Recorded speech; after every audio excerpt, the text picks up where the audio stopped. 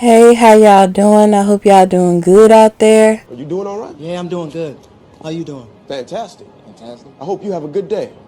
Hope you have a better week. I hope your month is full of successful days and a lot of great ventures. I hope you just come up, brother. I hope your whole fucking year is spectacular. Let's get into this House of Payne review. I want to start this off by giving Tyler Perry a round of applause because this episode was actually good to me.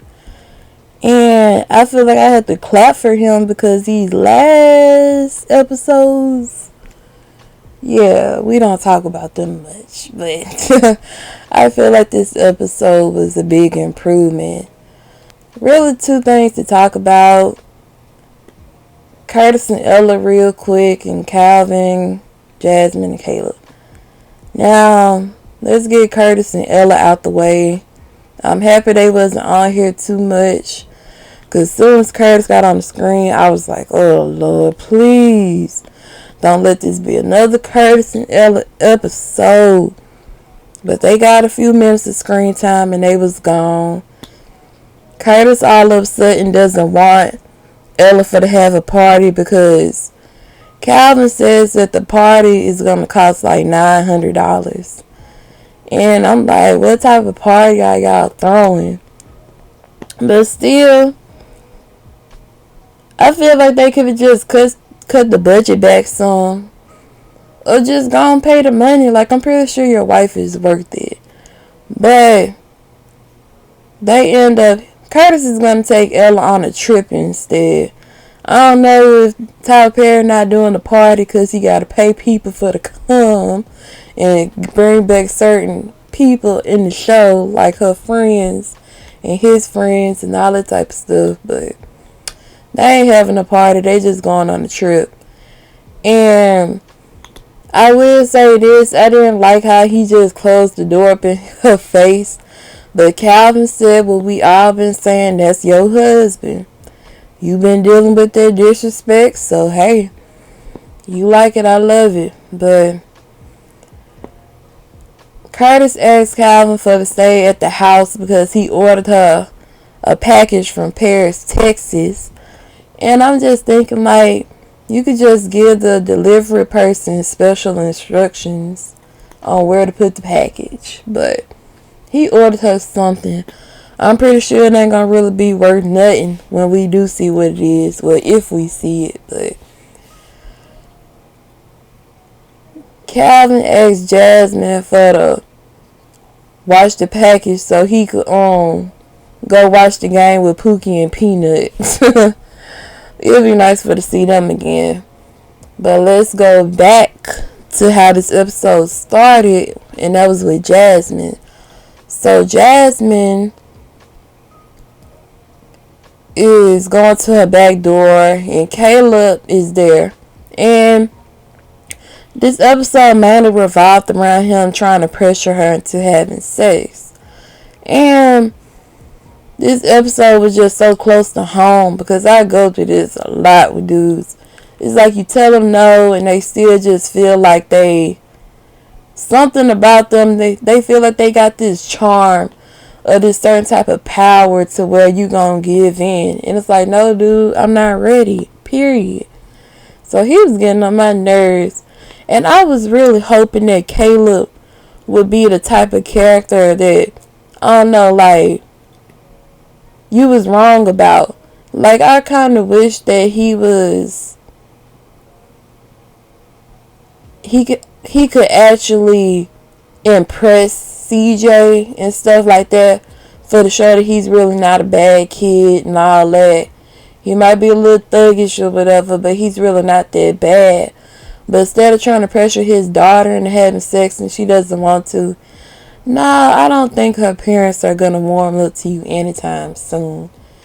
And they still bringing up the axe joke. I'm kind of tired of that. But he just showing up at her house and still trying to pressure this girl. And this girl is still saying no.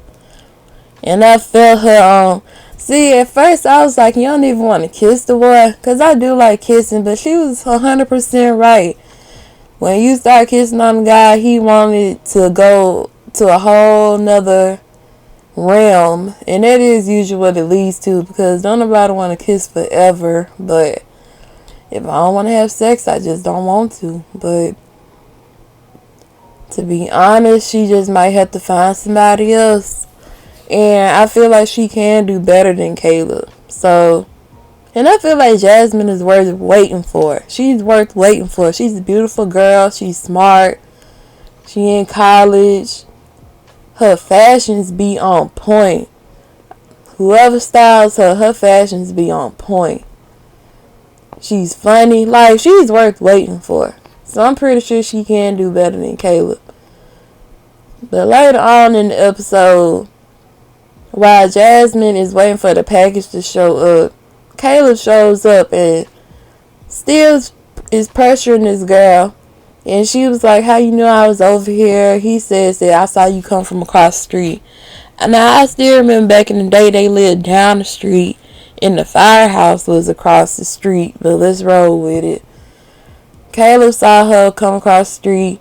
I didn't really feel like that was stalkerish. Because it's like if he was coming to your house and he just noticed you walking across the street, that's not stalkerish.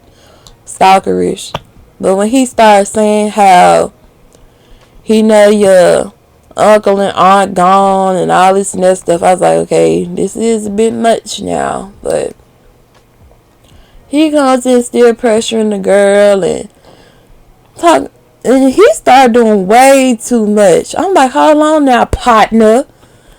Talking about this a bedroom back here.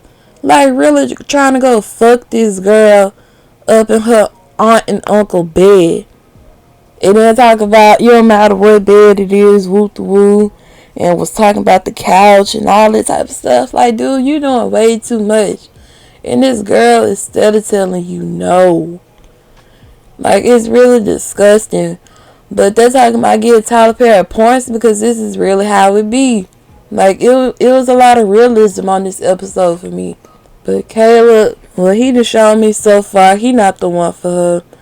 So I just hope that she moves on to something better. And then he started bringing up the fact that if you loved me, we would do it. Nah, nigga. Nah, boy. If you love me, you will wait. You hear I'm telling you no. You started pressuring me is going to push me further away from you. And I don't know how come guys don't understand that. Like, you need to do things that'll really make me want to. Like, let's just try to progress more on just getting to know each other. Because keep in mind, they haven't known each other that long. They already telling each other they love each other and all that.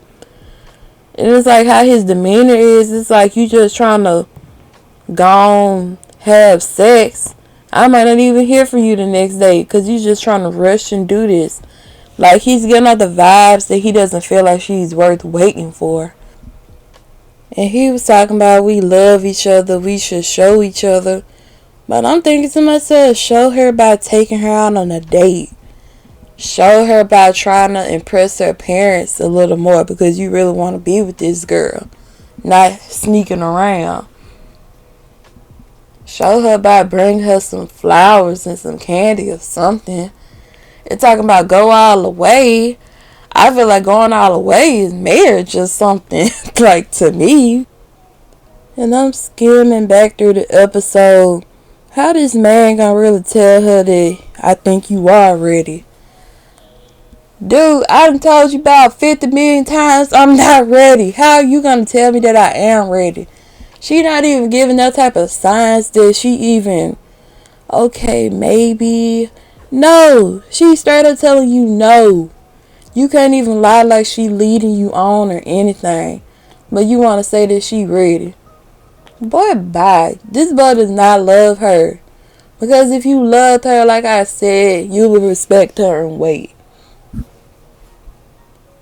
Hell, you can see it's not even love by trying to make this girl first time being her down aunt and uncle bed in a house. That's not love.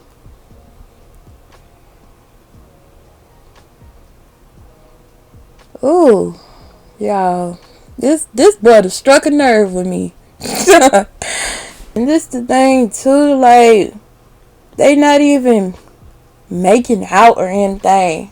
And then he feels like, okay, it might lead up into it. Like, y'all just been talking. And you just gonna tell this girl, I know you ready. Like, boy, get the fuck on forever. But instead of bringing up the L word, love, Calvin comes back because he forgot his keys and Caleb hides. And Calvin figures out that it's a boy hiding up in there. So, next week we gonna see the continuation. I hope next week and I hope the rest of these episodes are good. As good as this one and keeps improving and stuff. Cause them last episodes, child. But I enjoyed this episode. Like, how do y'all feel about this Caleb boy in general?